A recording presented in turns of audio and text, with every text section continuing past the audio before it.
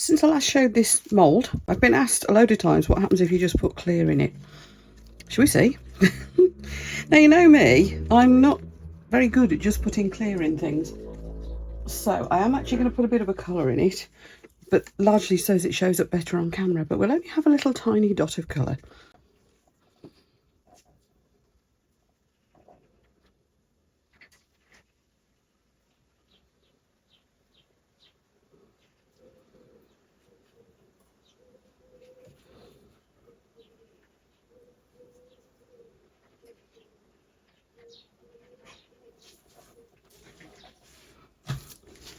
I thought what we'd go for is a tiny dot of blue. This is a resin dye. It's a quick and easy one to get out of the way. So there we go. As you can see, the bubbles are rising nicely. It won't be long before I can demold that, I think.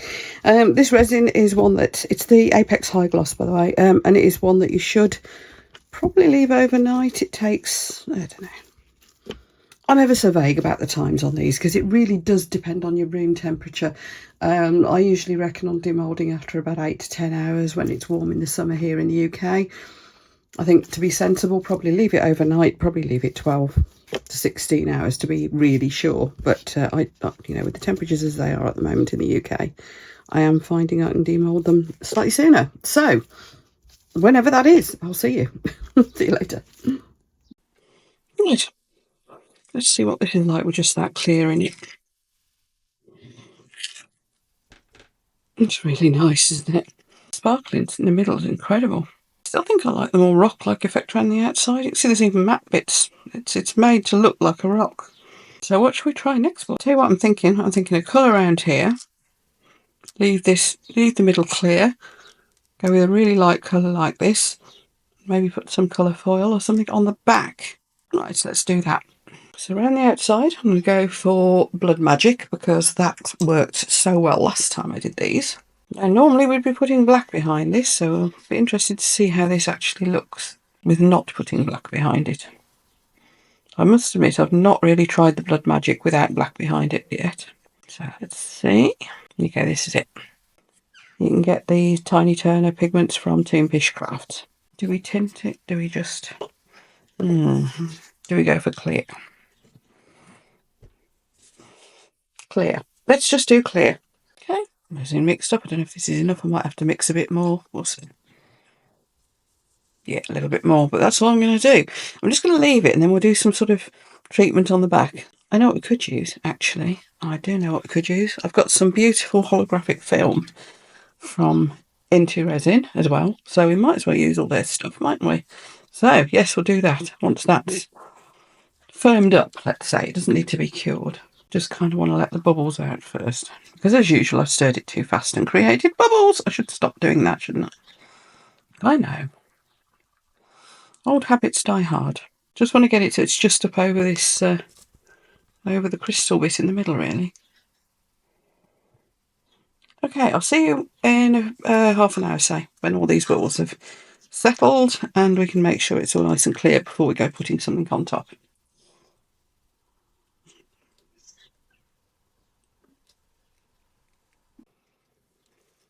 Okay, most of the bubbles are dissipated now, and I've cut a piece of the film. It's from Into Resin. This is it. Comes in a great big sheet, and I cut it slightly small, not very well either. Slightly smaller than the actual piece, so that it'll sit just inside. Now, you could use the taco method to put this in. You know, the curl it up at both ends, put the middle in, and then let it and push it out. But I actually find it easier to do it this way. You know, whatever way suits you, and then you can just push out the bubbles from underneath. There, I can see I've got none trapped because there's that one just clearing there, and there it goes. There we are. So that is well and truly in contact with the resin. Now I'm going to let that sit, give it a couple of hours, let it go really sticky, make sure it's sort of going to stay in place, and then I'll put the clear on the back. So I'll see you in a couple of hours. Blink of an eye for you. So as you can see, I've just poured another layer of clear on the back of here. I'm going to let it settle. I took my gloves off a bit prematurely, so I'm going to try not to touch the resin, obviously. Just going to give it a little swizz around like this, make sure it's got round all the edges, and that's it. You can see that's already, just putting that resin on top of that film has already magnified the colours. Now it has curled up a little bit at the edges, but I think that resin will get underneath it anyway. But I'm just going to give it a little push, just to make sure. I don't think there's any air trapped under there. That's okay. It doesn't have to be flat anyway, that little bit of curve to it. And this is why I let it settle first. That little bit of curve to it is going to yeah, just give even more of the effect to the other side. So there we are. Going to leave that a few hours now, probably leave it overnight. So I'll see you for the demold in due course. Here we go then. Well, the back looks interesting, doesn't it?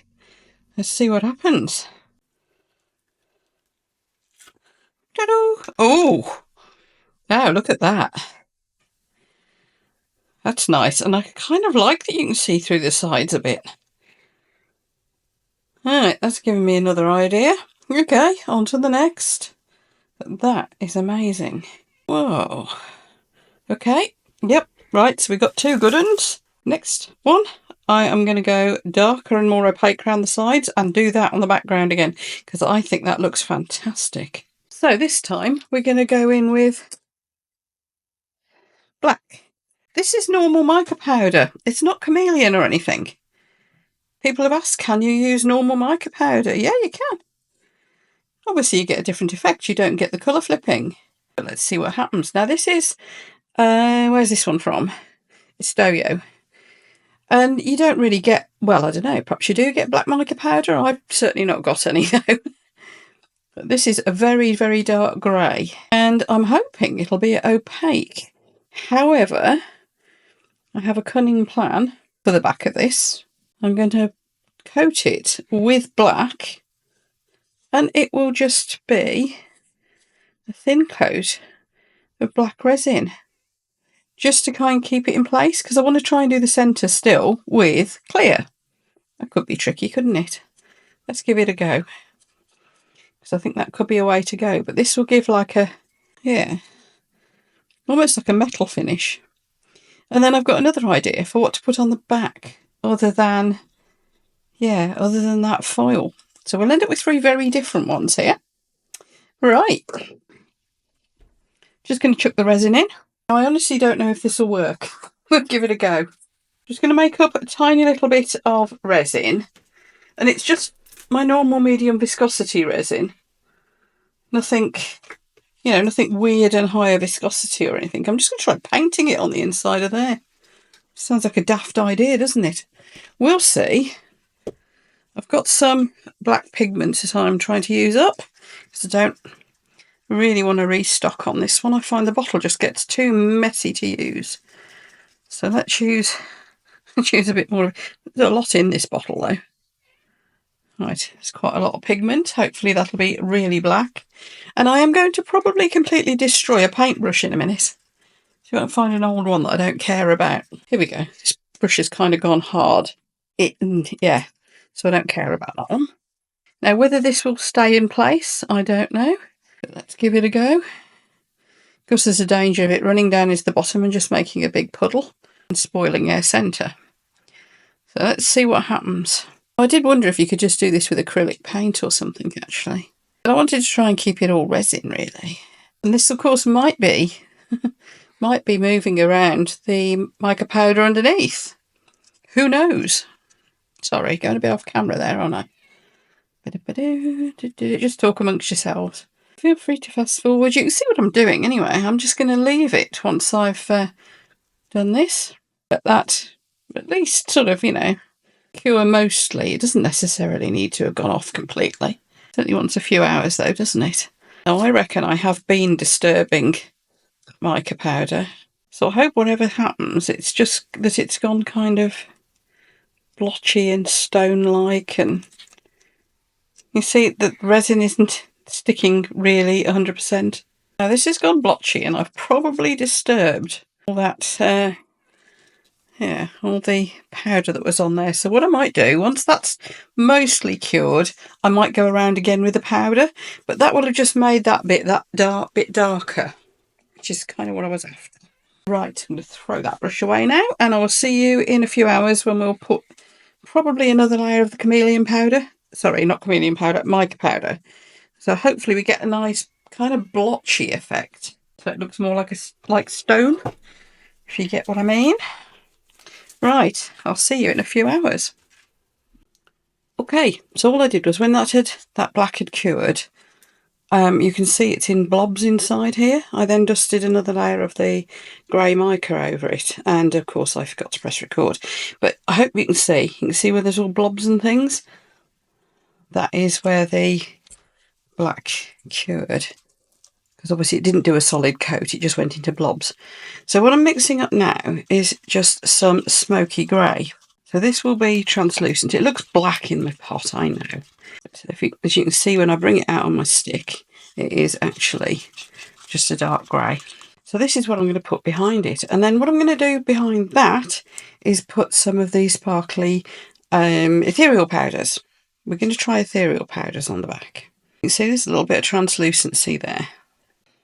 Now what I'm hoping is that I'll be very translucent in the middle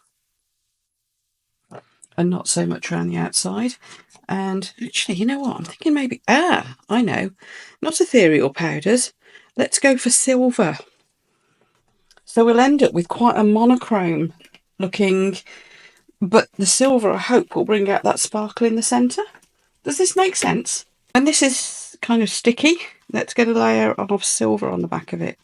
I think that'll be a bit different, isn't it? As you can see, I haven't gone quite up to the top. I'm just leaving myself a little bit of wiggle room just to put like a seal layer on behind the silver once we've put that on. Right, going to leave that, what, about 4 or 5 hours, because this is a normal cure time epoxy again. So I'm going to just give it that little bit of time just for all the bubbles to come out and for it to solidify enough for me to be able to put the silver on the back, but it still be sticky. So I'll see you in a few hours. Okay, here we are then. This is, you can see it's sort of softish, I can still fingerprint it, so it's got a little bit of clamminess to it. And what we're going to do then, we're going to just brush some silver on the back. Be interested to see what this looks like, because I put silver foil on the back of things before, but not a silver powder or flakes. I mean, look at that, isn't that beautiful? Now this is the one that looks so incredibly metallic.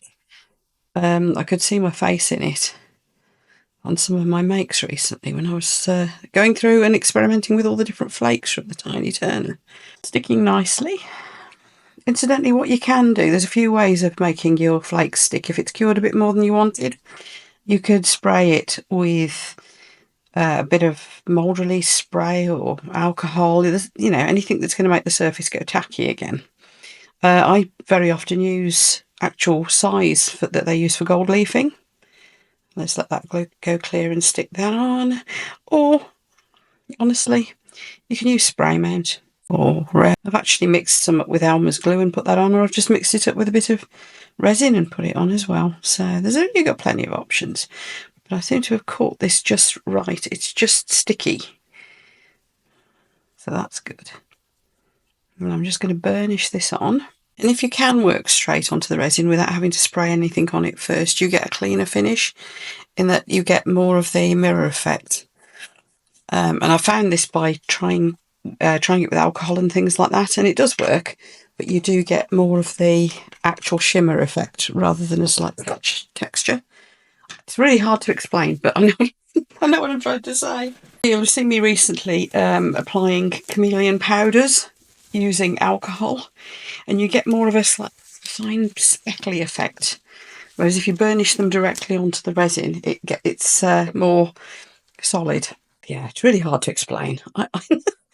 I'll get there. Right, now we're just going to put in on a little bit of resin on the back, and I was thinking of putting black on the back, but I think what I'm actually going to do is just tint it slightly. So just the very tiniest bit of black. I'll try and get this right this time, so it's just like smoky, because I don't want to block completely the light coming through, but I do want to tone down extremely silver when you look at it from the back. So let's get mixing this up. There we go. I've just literally touched my stick onto the side of the bottle. That'll be more than enough. You see, that's really quite transparent. Right, let's pour that on. Yeah, that's what I wanted. Just a little bit of a tint. Could have got away with a bit more, actually. But that'll do. So again, it's just a waiting game. We need to let the whole thing cure up properly now. So it's going to be a good few hours. I am probably going to end up leaving it kind of overnight or something to let it really solidify. And then I'll see you when we're ready to demold it. And I'm quite intrigued by this one. We'll see what happens. So yes, I'll see you in the morning. I haven't gone mad. I'm trying to find a bit of sun to take photos of these in, and it keeps blinking going in, and then it went behind the tree. Be alright if I could get out the back garden, but there's nowhere really to put things down at the moment.